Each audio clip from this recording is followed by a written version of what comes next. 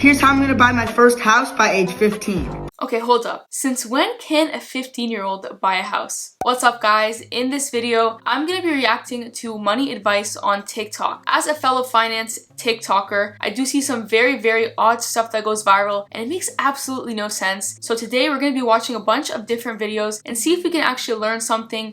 Many of you have been asking how I became a teenage millionaire.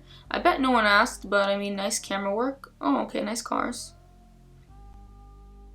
Stocks.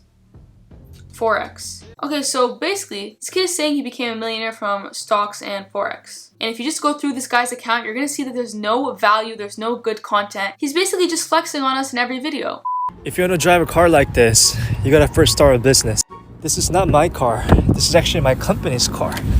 Now, what I mean by that is, so every month when I'm making the car payment, I'm not making the payment, my company is making the payment. So if you own a small business, then the vehicle exclusively used for a business can be added to your yearly tax deductions as an operating expenses. And that's why you see all the successful business owners driving a nice car. It's not because they want to flex to other people. It's mainly because we don't want to pay taxes and we would rather own these cars than to pay tax to the government. Okay, so what he's saying here is right. Yes, it can help you reduce your taxes, but if you're buying a car for $200,000, that means you're probably making over $1 million a year, or maybe even $2 million a year. So obviously, in order to buy a car that expensive, you'd have to be making a lot of money. Don't buy this house, buy this house. You don't want to buy the nicest house in the neighborhood. You want to buy the ugliest house in the area, and here's why. You want to buy the ugliest house because when you add value to the property, when the time it's done, it's worth similar to the home's already nice. Let's say a home like this is worth $700,000. By the time you actually do all the work, this house will be worth $700,000. We call that sweat equity. So it's always better to buy the fixer-upper than the house already nice. I hear this all the time. I think it's good advice because obviously you want to buy a rundown property, add equity into that property. Now the only issue with this is that everyone else also wants that property that you want, and so it's going to be really hard to get it, and so there is a lot of competition. What if instead of going to college from years 18 to 22 and spending an average of $26,800 a year, you worked as a waiter earning an average salary of $26,800? What if during just these 4 years, instead of spending your extra time getting drunk and going out, you were cool with living cheaply and created a side hustle that could generate $1,500 a month in passive income to cover your living expenses? Something cheap like dropshipping or selling digital assets. What if during just these 4 years you invested your $25K salary into the S&P 500, which has netted a return of 7.9% for the last 20 years?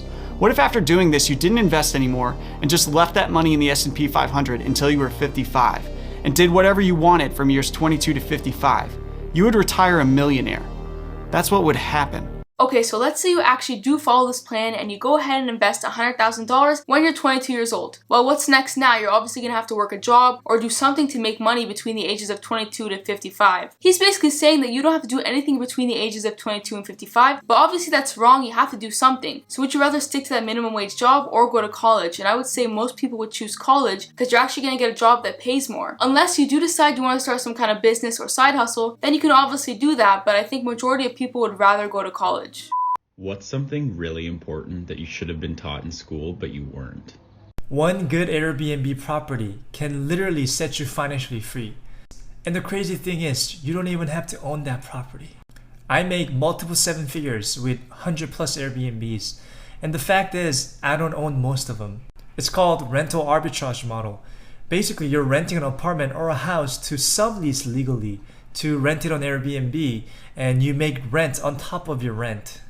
And I have few luxury properties, luxury Airbnbs that I don't own that make me over $30,000 net profit every single month. Okay, so I like this idea. I think it's great, and I know a lot of people do it. The only thing I'm wondering is, why would someone accept you to make their property an Airbnb? For example, if someone came to me and said, I want to rent your property and make it an Airbnb, I would 100% say no. So I think it'd be really hard to find someone that wants to cooperate, but I mean, if you do find someone, then obviously you're going to be set.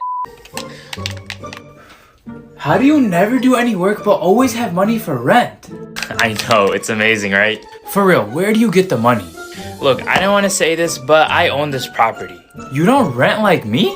Nope, I owe $1,000 a month to the bank and you pay me $1,300 a month for rent, paying for my mortgage and giving me an extra $300 a month. Wait, so you're my landlord? That means you're living for free. How is that even fair? You need a place to live, don't you? Don't worry, it's called house hacking. So I think house hacking is actually one of the best things you can do early on in life, especially if you want to buy a house but you can't afford it. What I did actually back in the day was when I bought a house, I wanted to get roommates to help me pay the mortgage and the bills, and I did that. The only issue I had was I didn't like living with other people, and so that's something you might have to consider. Here's how I'm gonna buy my first house by age 15. For as long as I can remember, I've been saving a portion of my income towards a down payment. In a few months, I plan to put $60,000 down and get a $240,000 house. The house will be rented out so it pays for itself, and I'll hire a management company so I don't have to do any work. Okay, hold up. Since when can a 15-year-old buy a house? Okay, so obviously he's a smart kid. He already plans on buying a house. He's gonna rent it out. But how does he have so much money? It's crazy because like 58% of Americans don't even have $1,000 saved up. Okay, so there's no way this kid is just working minimum wage. He's definitely doing something else, so I am gonna check his TikTok account and see how he's making all this money.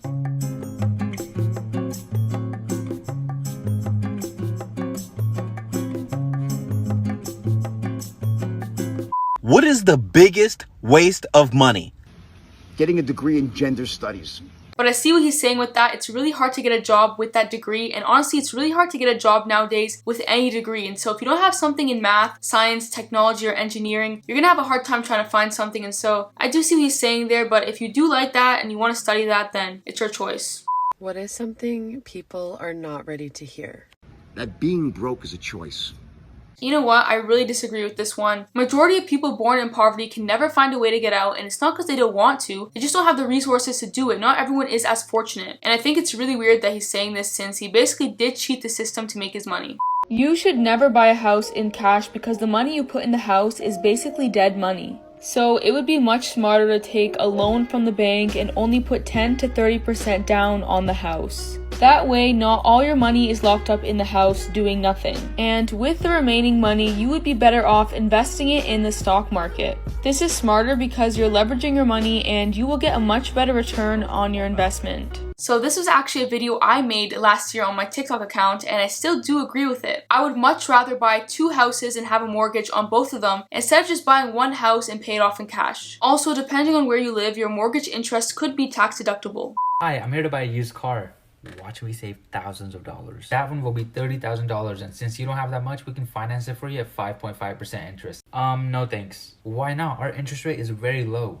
This is where you want to make sure that you've shopped around for rates before going to the dealer. Because I know that you're giving me a 2.5% higher interest rate with your pocket. I'll save thousands by getting a loan at 2% from my own bank. So this video is true. The only thing is, if you don't have a good credit score, then you're not going to actually get a good interest rate from the bank, and so this option isn't going to work for you. So if you don't have a good credit score, now is the time to start building it, and the best way to do that obviously is to get a credit card and use it, and obviously make sure you pay it off in full every single month and on time. Dad, I just found a way how we can evade taxes. Son, that sounds hella illegal, but I'm listening.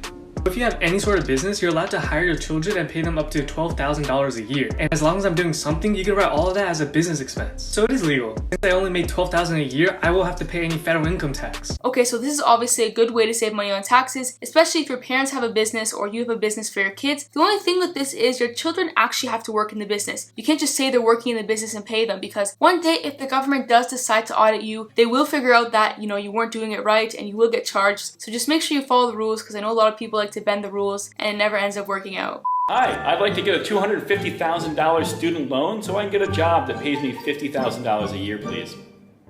Okay, we can help you with that. Just sign here. Hello, I'd like a $250,000 home loan so I can buy a 4-family house, live in one of the units, and rent the other ones out. Great, we're gonna need a 20% deposit, proof of income. We're gonna also need to make sure you have a 700 or more credit score. We're gonna need copies of the leases and a stool sample. Ew. I hate my job, and I'm still paying off my student debt. Wow, I just closed on my 10th property, just hit $1 million net worth.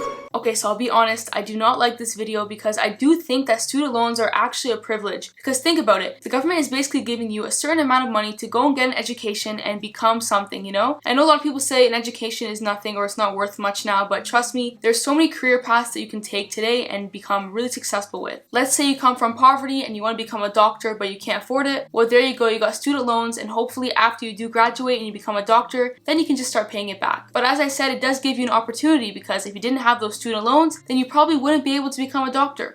Hey John, what's the best stock to pick? All of them. Now, like, I want to start investing. Which stock should I pick? Oh, you're a beginner?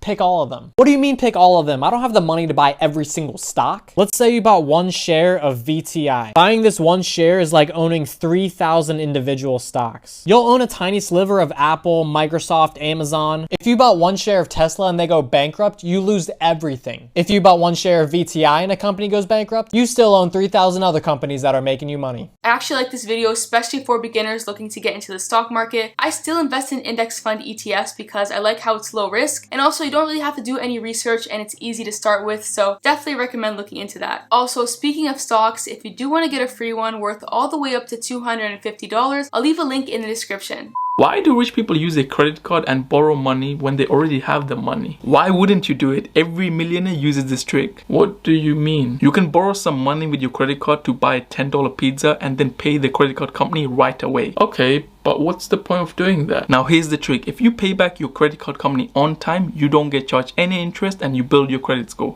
Build a credit score. A credit score is simply a number to see how well you pay your credit card company on time. So if you want to get a loan in the future to buy a house or a car, then depending on how good your credit score is, your banks will lend you some money. Okay, so I actually like this video because obviously getting a credit card helps in so many ways. It's gonna help your credit score and you can also get reward points, so there's really no reason why you shouldn't get a credit card. Let's say you're in a Mr. Beast video and I offer you $1 million in cash right now, today, $1 million, or I offer you $100,000 every single year until the day you die. Which would you choose? Okay, so in this case, you probably have to pay taxes. You're probably gonna have to pay about $400,000 if you take $1 million. And so I wouldn't do that. I would just take $100,000 a year. Here's why you'll never be rich. Cause you spend way too much money. You make 100 and you spend 1,000. Stop buying the Gucci, the Louis Vuitton, the Burberry, and the Rollies. Stop trying to be a bowler when you got no dollar. Be a true player, not a faker. Get rich before you try to look rich. So I see this guy on TikTok all the time and I actually do like his advice, but one thing I will say here is the solution to your problem with money usually isn't to pinch every penny. What you need to do is actually just make more money. That's gonna solve your problem. Because let's say you're only making like $1,000 a month, that $1,000 can go really quickly, and obviously you can't really save much of that, but if you just make more money, then it obviously makes your life a lot easier.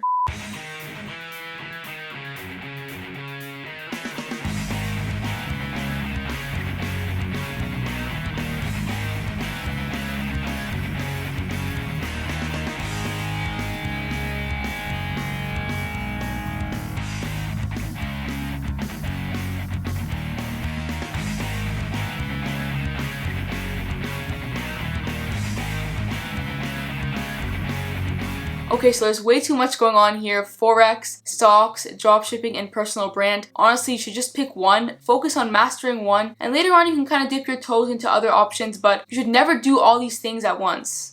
This is why the rich stay rich and the poor always struggle financially. Here is how they spend their money differently, and this is what they do.